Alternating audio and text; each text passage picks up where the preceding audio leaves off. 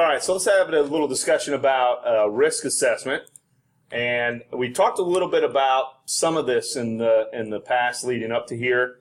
But really what we're looking to do is to come up with the ways that we can get through and put together a risk analysis or a risk calculation. And we do that by first knowing what our assets are, like the practical exercise that we just did with Fort Knox. We got to know what assets we have in order to figure out how we can protect them. So usually when we come in and do an assessment on a company, first things first is we say, do you have a network topology?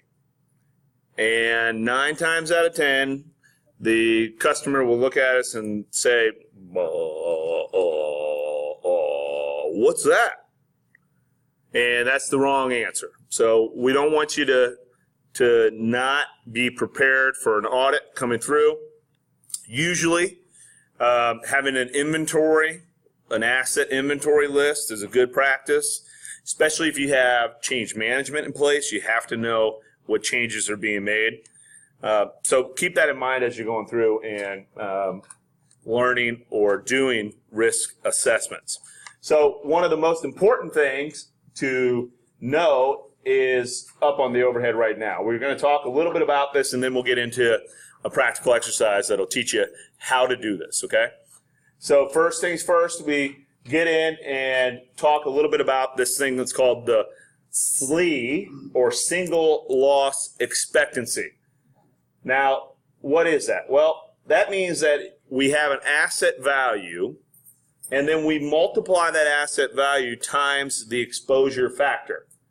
And basically, collectively, it is the single event loss due to a risk. So how much is it going to cost you if something happens? Well, that's the SLE. From that, we can then calculate this thing that's called the ALE. Now, I'm not talking about the thing that you drink here.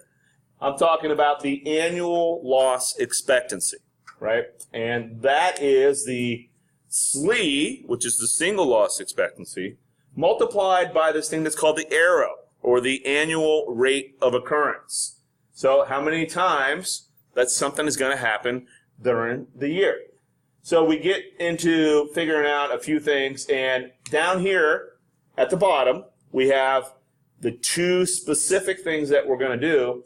We have an asset value, the cost to replace the asset, and then we have the exposure factor, which is the percentage of the asset value lost due to a risk. So in our business, these are terms that we use to come up and do a risk assessment. They're not rocket science.